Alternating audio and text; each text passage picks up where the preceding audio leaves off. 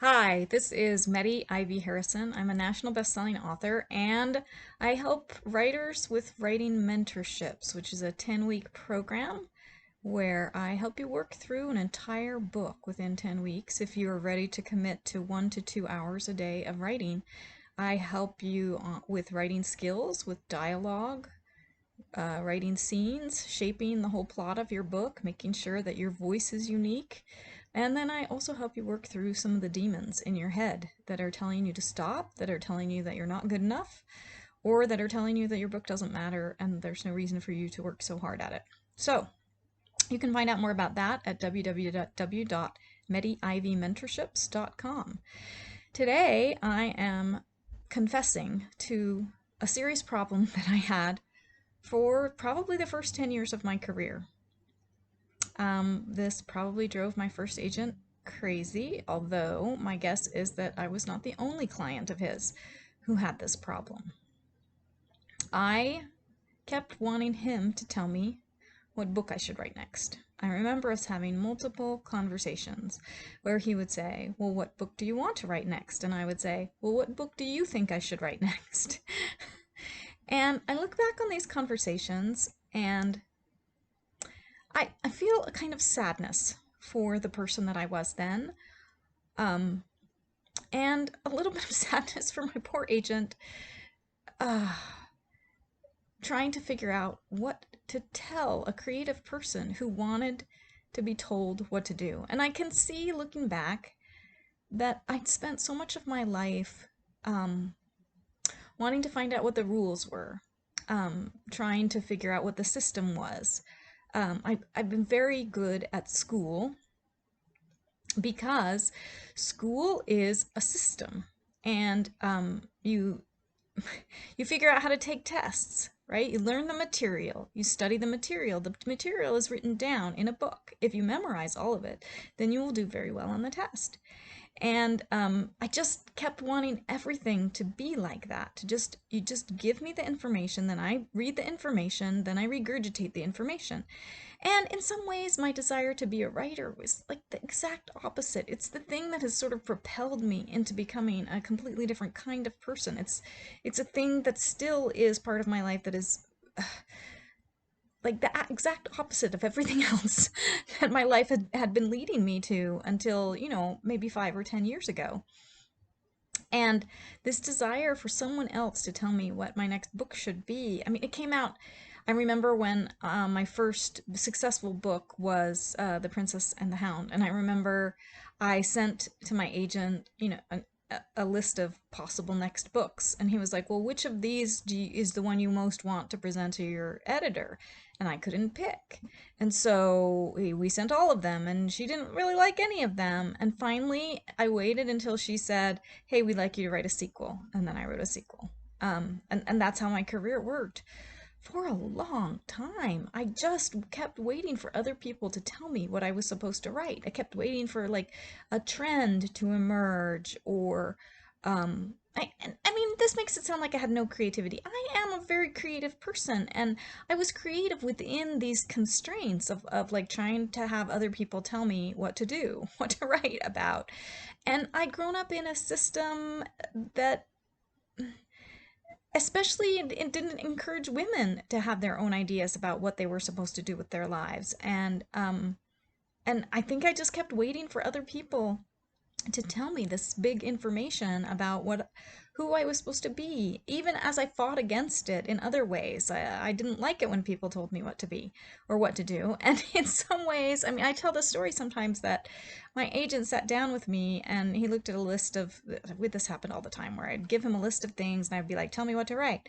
And so he'd look through the list and he'd be like, well, not this one, not this one. And in this particular occasion, he was looking through the list and he points at the bishop's wife and he's like, well, whatever you do, don't write that. And I was contrary enough that I went home and wrote exactly that. But the way in which I kept waiting for other people to tell me what my next book should be, to me, says a lot about me and where I was creatively. That I wanted other people to direct me to things. And in fact, the first book I got published because a professional writer sat down with me and said, okay, this first chapter that you have of the book, which is the only chapter that he had read, I should be the last chapter. And I was like, okay, I'm going to go and see if I can do that. And I wrote the rest of the chapters and I sent it off to a publisher. And that was the first book that I got published. And then the book that I got published after that, Mirror Mirror, was a book that, I brought fantasy for the first time to my young adult writing group. And they read it and they were like, you should write this, Smitty. You're really good at this. And I listened to them. I listened to other people tell me what my best creative traits were, and I started to get used to that. I started to think that was what you did. You hold your finger up to the wind and you wait for people to tell you what you're good at. You wait for people to tell you what your book should be about. I would take my books to my writing group, slavishly sometimes, listen to everybody's comments and then try to do everything that everybody said.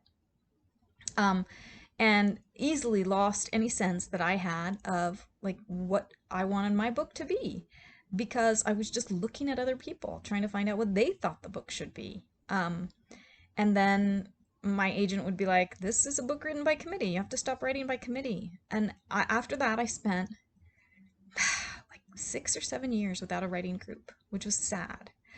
And this is not me saying you shouldn't have a writing group. This is me talking about my problem, that I kept listening to other people. I kept waiting for other people to tell me who I was creatively. And my guess is that most people do this. It's part of the process of figuring out who you are as a writer and what your voice is. And it's not that, I think that those early books are bad. They're not bad. They're good books, and they were the beginning of me figuring out who I was as a creative person. But they have some problems with them. They are trying to follow certain trends, and I have these very strict ideas about what a young adult novel is, and what are the things that you have to have in it, and how your characters have to be, and how a romance has to be. And I kind of have thrown a lot of those out now and preach the gospel to people that I work with as mentors of you have to find out who you are yourself. This is a journey that you are on, and the more people you have around you telling you who you are as a writer, the harder it's going to be for you to listen to yourself. And it's like the first job of being a creative person is listening to yourself. And it's also the hardest job, and it's a job you have to keep coming back to every fucking day because everyone around you is going to tell you all the time. It's one of the reasons why writers tell people, don't read your reviews on Amazon. It's not just because they can hurt your feelings. It's because they dilute your sense of who you are. Having those other voices in your head, good or bad, stops you from going deep within and asking, who am I? Who am I today? Who do I want to be tomorrow? What is my voice? What is the story I am uniquely qualified to tell? And it doesn't have to be your story. That's not what I'm saying. I'm not saying that this is all confessional and about memoir, but this is a deep question that I feel like I send back to my mentees when I'm working with them all the time.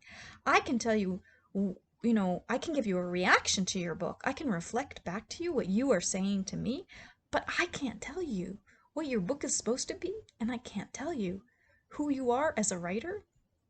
And one of the problems that I see over and over again with people that I work with is especially the people around them who are trying to help, people who they think are helping them be better creative people who are saying, wow, you're doing a great job, this should be a book, or this should be this other thing, or this should be this. And sometimes those voices are the most insidious because they sound nice and we like them. It's like those good reviews, but they distract you from listening to yourself. So if you are a creative person and you are sitting there asking yourself right now, here are 4 different book ideas that I have, right? And you're going around and asking other people which should be your next book idea, this is my advice to you.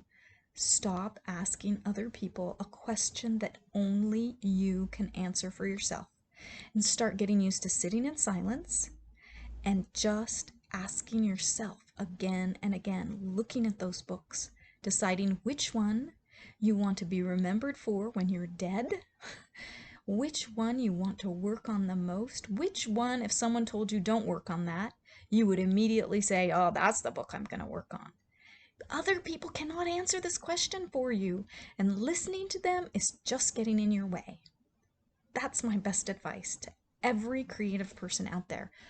Start getting used to asking yourself and start getting used to only listening to yourself answer that question.